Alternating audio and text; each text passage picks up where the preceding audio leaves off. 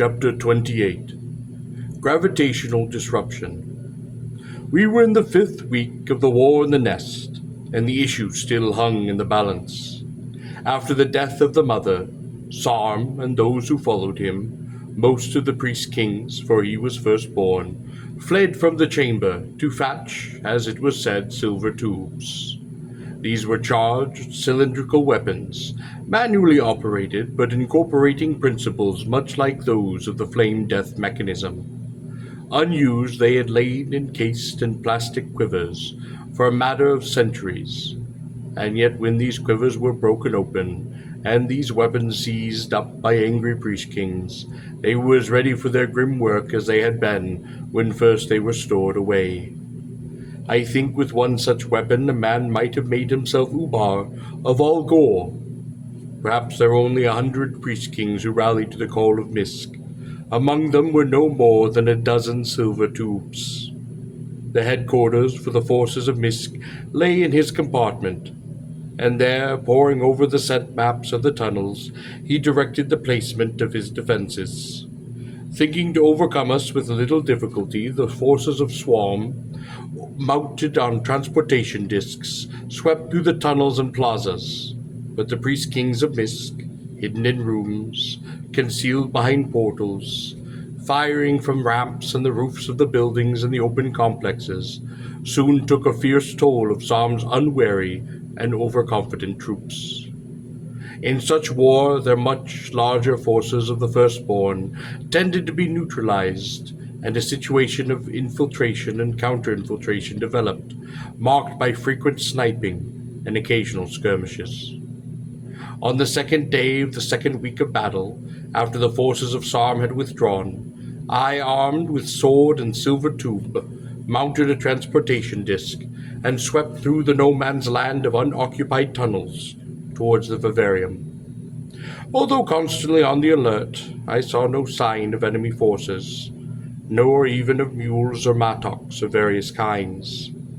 The mules, I suppose, terrified and confused, had scattered and hidden themselves in their cases, living on their fungus and water, while over their heads hissed the weapons of their masters. Therefore was much to my surprise when I heard a distant singing in the tunnel that grew louder as I approached. Soon I slowed the transportation disc and waited, my weapon ready. As I waited, the tunnel, and as I later learned the entire complex, were suddenly plunged into darkness. The energy bulbs, for the first time in centuries, perhaps, had been shut down. And yet there was not an instant pause in that singing, nor the dropping of a beat or tempo. It was as if the darkness made no difference. And as I waited on the still disc in the darkness, my weapon ready, I suddenly saw, far down the tunnel, the sudden blue flash of an opened mule torch, and then its steady blaze. I saw another flash and blaze, and another, and to my amazement, it seemed that these fires hung from the very ceiling of the tunnel. It was the carriers of Gor, but far from the Gor chamber, and I watched with something of awe as their long procession of humanoid creatures, two abreast, marched along the ceiling of the tunnel until they stopped above me. "Greetings, Tarl Cabot," said a voice from the floor of the tunnel. I had not even seen him to this moment, so intent I had been on the strange procession about me, but I read the mark upon his tunic. "Mule Al-Ka!" I cried. He came to the disc and seized my hand firmly. "Mule Al-Ka," said he. "I have decided I am no longer a mule." "Then Al-Ka it is," I cried. Al-Ka raised his arm and pointed to the creatures above us. "They too," said Al-Ka, "have decided they will be free." A thin voice, yet strong, almost like that of something that was at once an old man and at once a child, rang out above me. "We have waited 15,000 years for this moment," it said. Another voice called out, "Tell us what to do." I saw that the creatures above me, whom I shall now speak of as Gor carriers, for they were no longer mules, still carried their sacks of golden leather.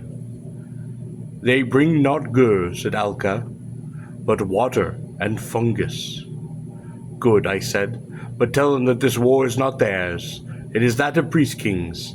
They may return to the safety of their chambers. The nest is dying, said one of the creatures hanging above me. And we have determined that we will die free. Alka looked at me in the light of the hanging torches. They have decided, he said. Very well, I said. I admire them, said Alka, for they can see 1,000 yards in the darkness by the light of a single mule torch. They can live on a handful of fungus and a wallow of water a day, and they are very brave and very proud. Then, said I too admire them. I looked at Alka. Where is Mule Bata? It was the first time I had ever seen the two men separated. He has gone to the pastures and the fungus chambers, said Alka. Alone? I asked. Of course. For the lights have been shut down. Priest-kings do not need lights, but humans are handicapped without it. Then, I said, the lights have been shut down because of the mules. The mules are rising, said Alka simply. They will need light, I said. There are humans in the nest who know of these matters, said Alka. The lights will be on again as soon as the equipment can be built and the power fed into their system. The calmness with which he spoke astonished me. After all, Alka and other humans of the nest, with the exception of the Gor carriers, would never have known darkness. Where are you going? Asked Alka. To one of the Vivera, to fetch a female mule. That is a good idea, said Alka. Perhaps, too, I will someday fetch a female mule. And so it was a strange procession that followed the transportation disk, now happily piloted by Alka, down the tunnels to the vivarium. In the dome of the vivarium, holding a mule torch, I walked up the ramps to the 4th tier, noting that the cages had been emptied. I suspected that there would be one that would have remained locked. There was, and in this case, though it had been seared as if an attempt had been made to open it, I found Vika of Tariv. She crouched in the corner of the case, away from the door, in the darkness, and in the plastic I saw her in the blue radiance of the mule torch. She crept to her feet, holding her hands before her face. I could see her trying to see, and yet protecting her eyes from the glare. Even shorn, she seemed to me incredibly beautiful. Frightened, in the brief plastic sheath that was the only garment allotted to female mules. I took the metal key from the loop around my neck. I turned the heavy mechanism of the case lock. I hurled the plastic partition upward, opening the case. Master? She asked. Yes, I said. A soft cry of joy escaped her lips. She stood before me blinking, against the light of the mule torch, trying to smile. Yet as she stood there, she seemed also to be frightened, and to my surprise she dared not approach the door, though it now stood open. She looked rather at me. Her eyes were apprehensive, not knowing what I would do nor why I had returned to the case. And her fears were not lessened as she looked beyond me, to see the creatures, undoubtedly hideous to her eyes, who clung spider-like to the ceiling of the vivarium, with their glowing mule torches. Who are they? She whispered. Unusual men, I said. She regarded the small round bodies, the long limbs with the cushioned feet, and the long fingered hands with their heavy palms. Hundreds of pairs of those great round dark eyes stared at her, and she shivered. She looked again at me. She dared ask no question, but submissively knelt as befitted her station, and bowed her head. The case, I said to myself, has taught Vika of Tariv much. Before her head fell, I had read in her eyes the silent, desperate pleas of the rightless, helpless slave girl that her master, he who owns her, he who holds her chain, might please to be kind to her. I wondered if I should take her from the case.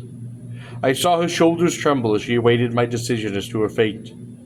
I no longer wished her to be confined here now, that I better understood how matters stood in the nest. I thought, even in spite of the cage plastic, she might be safer with the forces of Misk. However, the vivarium attendants were gone. The other cages were empty, and so it would only be a matter of time before she would have starved.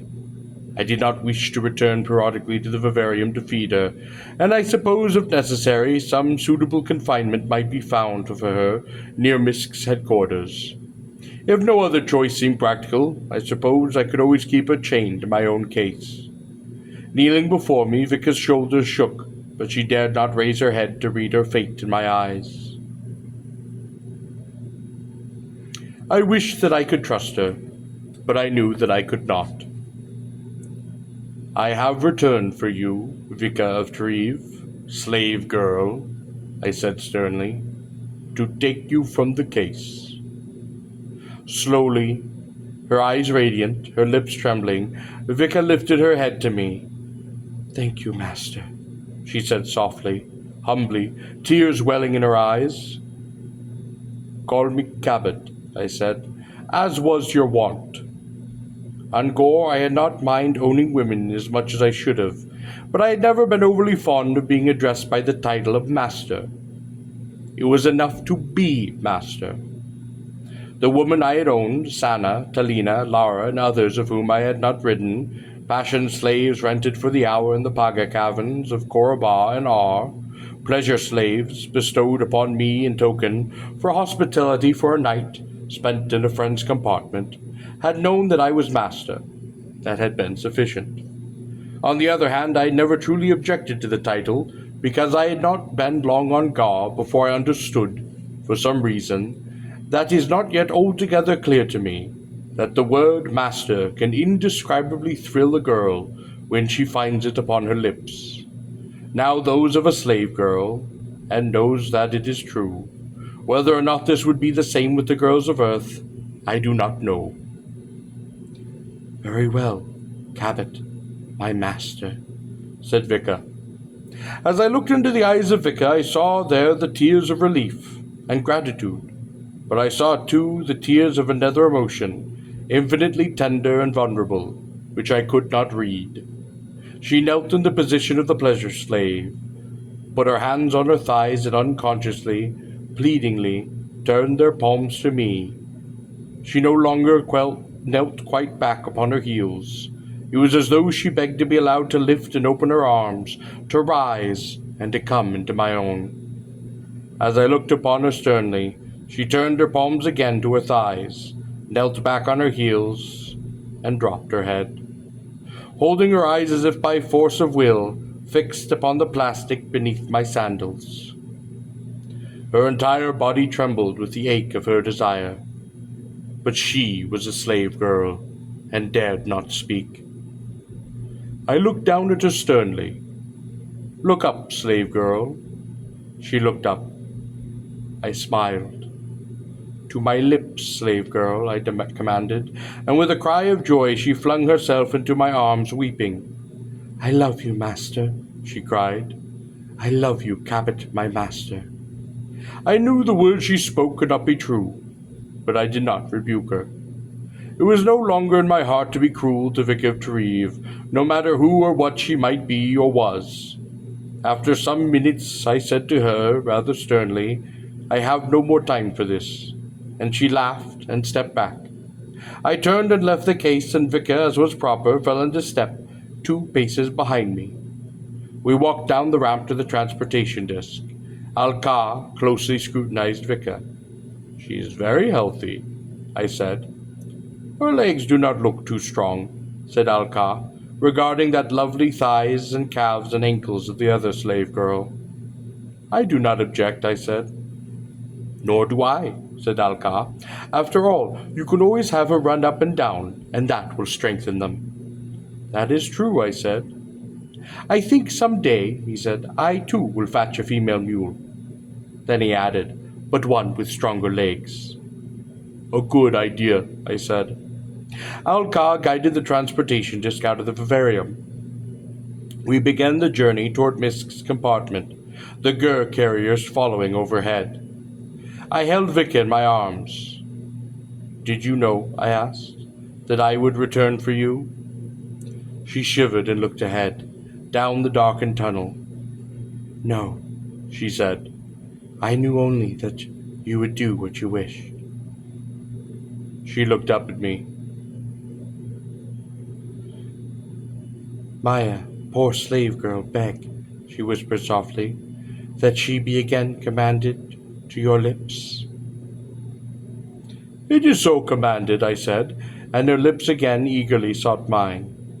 It was later in the same afternoon that Mule Bata, now simply Bata, made his appearance, leading a long line of former mules. They came from the pastures and the fungus chambers, and they, like the Gor carriers, sang as they came.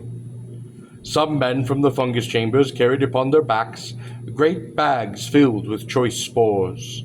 Others labored under the burdens of huge baskets of freshly reaped fungus, slung upon poles between them. And those from the pastures drove before them, with long pointed goads, huge shambling grey anthropods, the cattle of the priest-kings. Others from the pastures carried in long lines upon their shoulders the rope-like vines of the heavy-leaved simplants, on which the cattle would feed. "We will have lamps set up soon," said Bata. "It is merely a matter of changing the chambers in which we pasture." "We have enough fungus to last," said one of the fungus growers, "until we plant these spores and reap the next harvest." "We burned what we did not take," said another. Misk looked on in wonder as these men presented themselves to me and marched past. "We welcome your aid," he said, "but you must obey priest-kings." "No," said one of them, "we no longer obey priest-kings." "But," said another, "we will take our orders from Tarl Gabbet of Korba." "I think you would be well advised," I said, "to stay out of this war between priest-kings." "Your war is our war," said Bata. "Yes," said one of the pastorers, who held a pointed goad as though it might be a spear.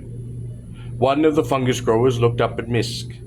"We were bred in this nest," he told the priest-king. "It is ours as well as yours." Misk's antenna curled. "I think he speaks the truth," I said. "Yes," said Misk. "That is why my antenna curled. I too think he speaks the truth." And so it was that the former mules, now humans, bringing with them the basic food supplies of the nest, began to flock to the side of the priest-king Misk and his few cohorts. The battle would, I suppose, given the undoubted stores of food available to Sarm and his forces, ultimately hinge upon the firepower of the silver tubes, of which Misk's side had but few. But still I conjectured that the skill and the courage of the former mules might yet play their part in the fierce issues to be decided upon the secret nest that lay beneath the Black Cedar. As Al-Ka had predicted, the energy bulbs of the nest, except where they had been actually destroyed by the fire of Sarm's silver tubes, came on once again. Former mule engineers, trained by the priest-kings, had constructed an auxiliary power unit and had fed its energy into that main system. When the lights flickered and then burst into clear, vital radiance, there was a great cheer from the humans in Misk's camp, with the exception of the Gor carriers, to whom the energy bulbs were not of great importance. Intrigued by the hardness of the cage plastic encountered in the vivarium, I spoke to Misk, and he and I, and together with either priest-kings and humans, armored a fleet of transportation discs, which would be extremely effective if a silver tube were mounted in them, and which, even if not armed, might yet serve acceptably as scouting vehicles or relatively safe transports. The fiery blast of those silver tubes would wither and wrinkle the plastic.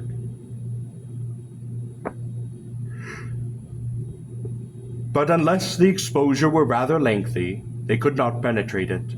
and a simple heat torch, as I had learned, could scarcely mark the habitated material. In the third week of the war, equipped with the armored transportation discs, we began to carry the battle to the forces of Psalm, though they still outnumbered us greatly. Our intelligence was vastly superior to theirs, and the network of ventilation shafts provided the quick, nimble men of the fungus chambers and the uncanny Gur carriers across access to almost anywhere in the nest that they cared to go. Moreover, all former mules who fought with us were clad in scent-free tunics, which in effect supplied them with the most effective camouflage in the nest. For example, at different times, returning from a raid, perhaps bringing another captured silver tube, no longer needed by one of Psalm's slain cohorts, I would find myself unremarked, even by Misk, though I might stand but feet from him. Somewhat to their embarrassment, but for their own safety, the priest-kings that had joined Misk wore painted on their back and front of the thorax the block letter, which in the Greek alphabet would be the first letter of Misk's name. Originally, some of them had objected to this, but after a few had almost stepped on the silent Gur carriers, or wandered unbeknownst beneath them, some of the spidery humanoids being armed perhaps with silver tubes, their opinions changed. They became zealous to have the letter painted boldly, and repainted promptly if it showed the least signs of fading.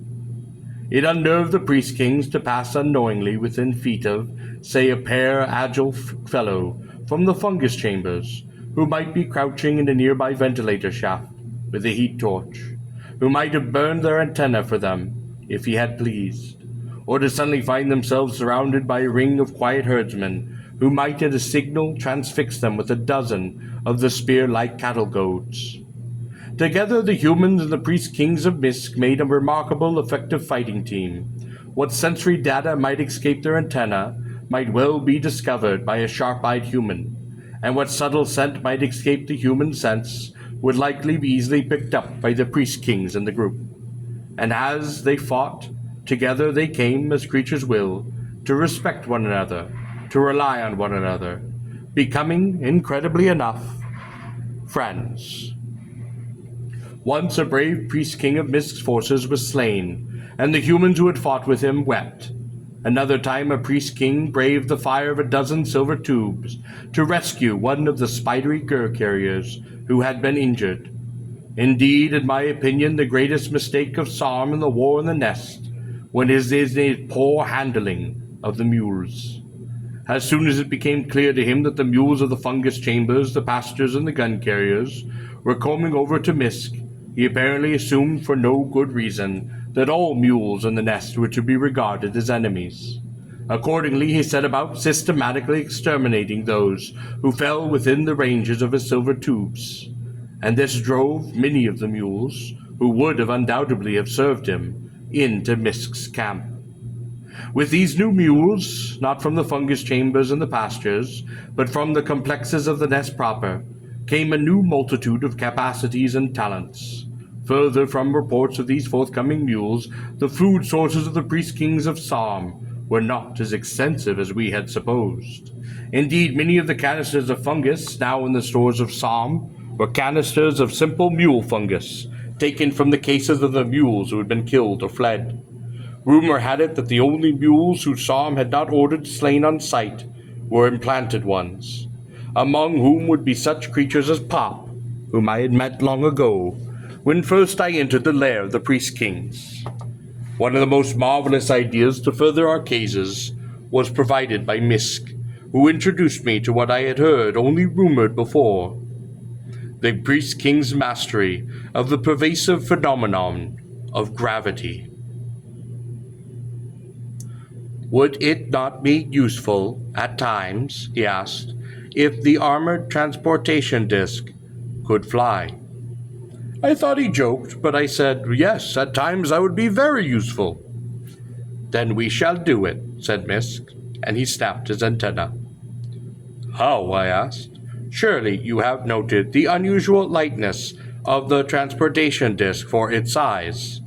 Yes, I said. It is built with a partially gravitational resistant metal. I admitted that I laughed. Misk looked at me with punishment. Why do you curl your antennae? Because, I said, there is no such thing as gravitational-resistant metal. But what of the transportation disk? He asked, and I stopped laughing. Yes, I asked myself, what of the transportation disk? I looked upon Misk. Response to gravity, I said to him, is as much a characteristic of material objects as size and shape. No, said Misk. Therefore, there is no such thing as gravitationally resistant metal. But there is the transportation disk, he reminded me. I thought Misk was most annoying. Yes, I said, there is that. On your old world, said Misk, gravity is still as unexplored a natural phenomenon as electricity and magnetism once were, and yet you have mastered to some extent these phenomena, and we priest-kings have to some extent mastered gravity. Gravity is different, I said. Yes, it is, he said. That is why perhaps you have not yet mastered it. Your own work with gravity is still in the mathematical descriptive stage, not yet in the stage of control or manipulation. You cannot control gravity, I said. The principles are different. It's pervasive. It's simply there to be reckoned with. What is gravity? Asked Misk. I thought for some time. I don't know, I admitted.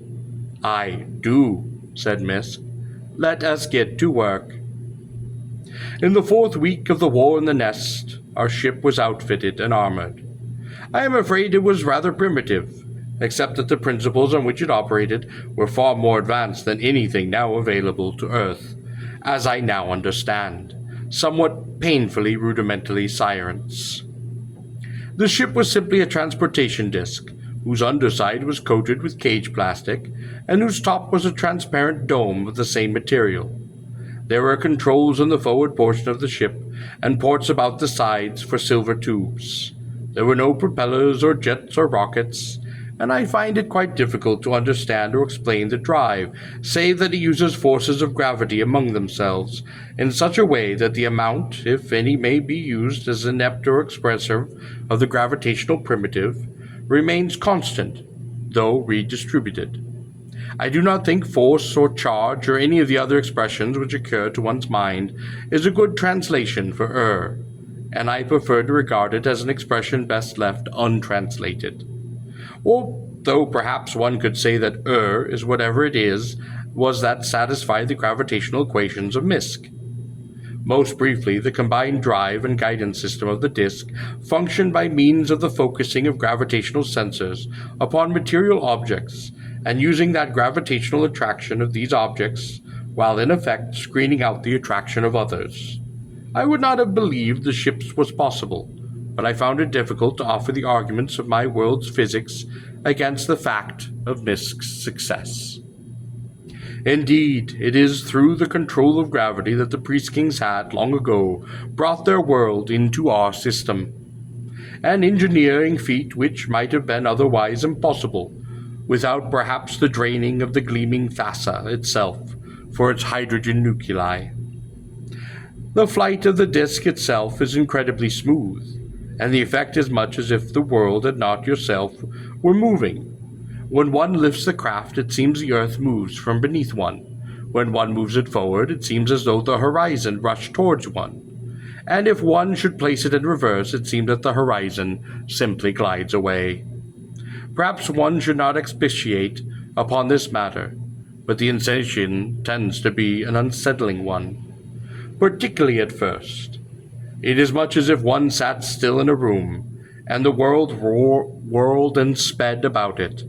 This is undoubtedly the effect of lacking the resistance of gravitational forces, which normally accounted for the sometimes unpleasant but reassuring effects of acceleration and deceleration. Needless to say, although ironically, the first transportation disk prepared for flight was a ship of war. It was manned by myself, Al-Ka, and Bata. Misk would pilot the craft upon occasion, but it was in fact rather cramped for him. He could not stand within it. a fact that bothered him no end for a priest king. For some reason...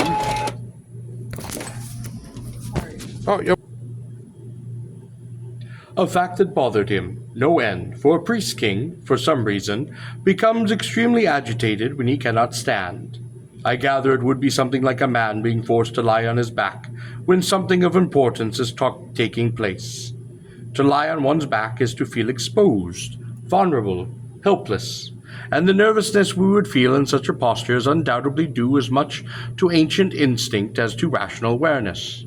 On the other hand, since Misk did not construct the craft large enough for him to stand in, I suspect he did not really wish to take part in its adventures. To be sure, a smaller drone would make the craft more maneuverable in the tunnels, but I think Misk did not trust himself to do battle with his former brethren.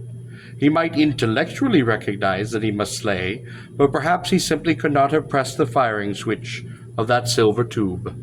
Unfortunately, Psalm's cohorts, and perhaps unfortunately, most of Misk's, did not suffer from this perilous inhibition. To be so inhibited among a field of foes, none of who suffered from that same inhibition, seemed to me a good way to get one head burned off.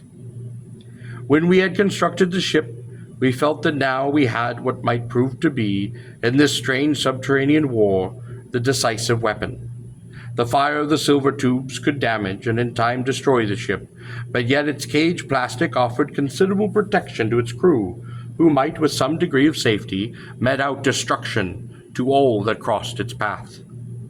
Accordingly, it seemed to Misk, and I concurred, that an ultimatum should be issued to Psalm's troops, and if possible the ship should not be used in battle.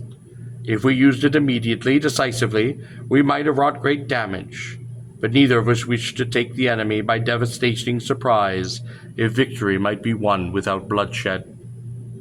We were considering this matter when suddenly, without warning, one wall of Misk's compartment seemed suddenly to blur and lift, and then silently vanish into powder, so light and fine that some of it drifted upward to be withdrawn to the ventilator shaft, through which used air was drawn from the compartment. Misk seized me, and with the harrowing speed of the priest king, leaped across the room, buffeting the case I had occupied 10 yards across the chamber.